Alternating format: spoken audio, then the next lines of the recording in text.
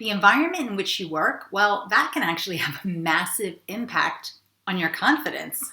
So today we're going to look at how to build your confidence at work by looking at your surroundings in 3 very different ways.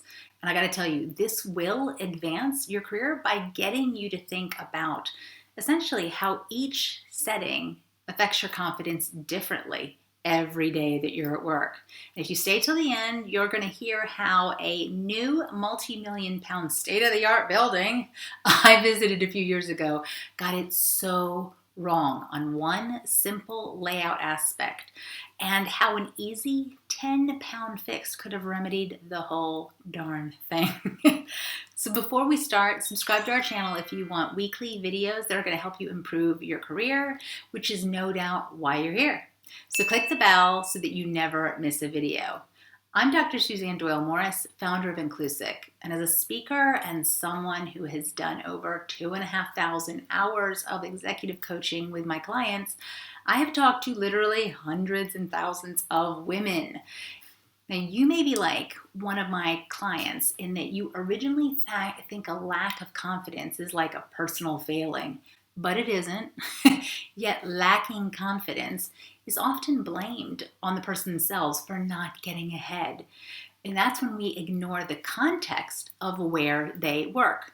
So instead of leaders blaming someone for not having enough confidence or being ambitious enough, we need leaders to start asking, what is it in our system, our company culture, and as we're addressing here, even our physical environment that means that this person feels like an outsider, an intruder, or an imposter, someone who may not progress here. So let's start with the widest of the physical environments you're going to be expected to traverse to get ahead. And that includes any external meetings that you need to attend outside the office. So for example, many of my clients work long hours, either in their own or even in clients' offices. If this is you, does your employer offer a free taxi service for people to use after hours, or hotel stays if you're expected to work really late into the night? What are your employer's expectations around that, and how does that affect your confidence? For example, do you need to travel at the weekends in order to be in the far-flung office bright and early on a Monday morning, or attend conferences that straddle weekends, for example? Now, this is a big one, particularly for parents, carers, or those with disabilities, for example. However, the importance of accessibility goes far beyond the basics of having wheelchair access in a office or a loop for the hearing impaired. It's also down to the expectations employees are judged by. Now, this came out when I was talking with Toby Meldon for my latest book, The Con Job. Toby is a D&I professional and author of Inclusive Growth, and he is also a quadriplegic. In our interview, he talked me through how traveling for meetings is actually a physical expectations that most jobs he's ever had, but it can be pretty exhausting. He said to me, if 2 professionals go on a train journey, the person who has a physical disability is always going to find every aspect much harder because they have to get through turnstiles, get a ramp on board, make sure there's accessible toilets nearby and are indeed working, all before they even get to the station. All this puts an additional mental load on them. There's just so much more for them to think about at every stage, not to mention more strangers upon whom they must rely. So in terms of your confidence at work, particularly if you travel for your job, the tip here is to have discussions with your colleagues and employers, not just about your desk or your office or even the building that you're in, but all the other places where you're expected to visit. This is important for all of us to address. Ask a question like, what are the assumptions about things like safety, transport, accessibility, weekend working, travel time, even childcare provision that we are making when we send people to work in other locations? Don't get me wrong, these can be great opportunities, but write down a list of the ways you think your boss would answer that last question, and if you can live with those answers. Before then talking with your boss about what their answers actually are, check out those assumptions with other colleagues who also travel for work and see how accurate your assumptions actually are according to them. So, moving on to a setting a bit closer to home, and that's the office buildings and the surrounding environment where you work on a day-to-day basis. This may be the campus in which you work, and it's how well is it set up for people like you. Now, I recall working a few years ago with a woman named Janet, and she was confident in herself, but not hugely confident in her employer, which is a big distinction that we don't talk enough about. Now, in our coaching session, she shared what she was initially saw as a small annoyance, but as a reality for many employees, and in my experience, particularly problematic for working women. Janet said to me, I'm expected to work late, and actually I don't mind it at all because it actually gives me time to get my kids off to school in the morning. She sighed and said, what bothers me is that it's always dark when I leave. And when I asked my boss why the car park wasn't lit, he said it wasn't a priority. None of the other guys with whom I worked had ever asked.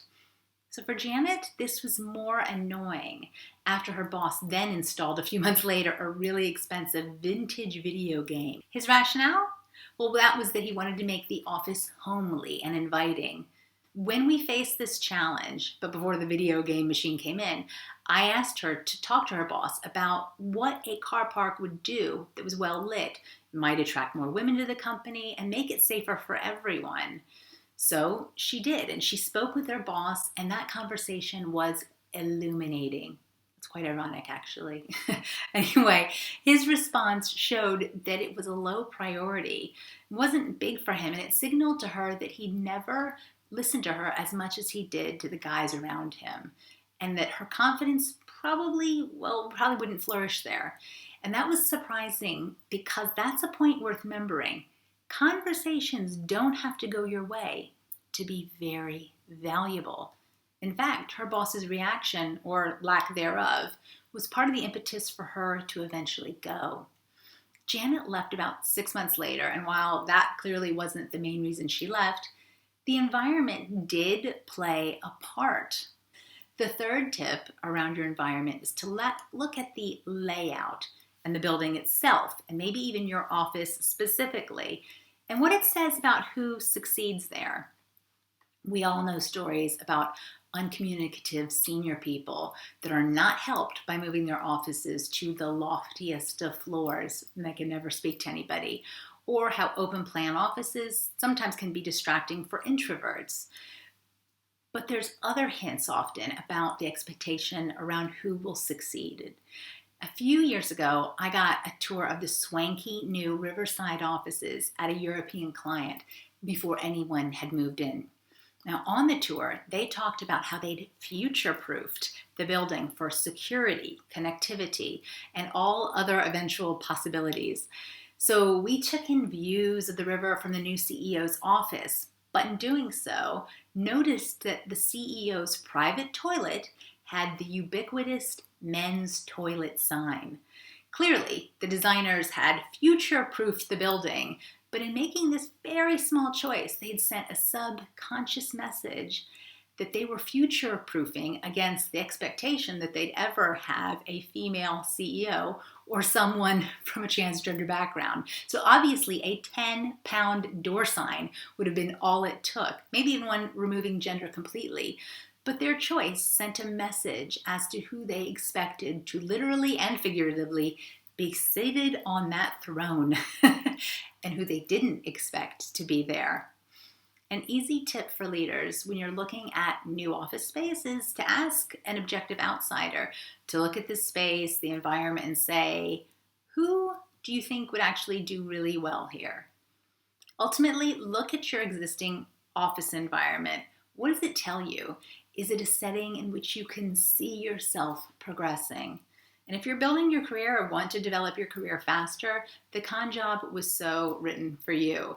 In a society where we rate confidence too highly, competent people, the kind who sometimes notice their environment the most, are often overlooked. They risk being overtaken by their more overconfident but less competent colleagues. If you want to stand up to the status quo and help me put an end to the overimportance we put on confidence when it's really competence that should matter, then this is the book on that topic.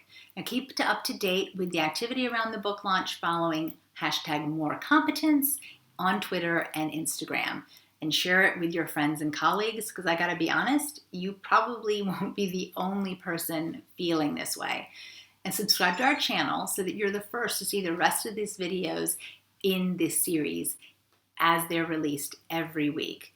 Thanks for watching. Go back and check out our other competence versus confidence playlist, because there are tons more that complements this book. And I'd also love you to check out our imposter syndrome video, which helps you embrace your self-doubt.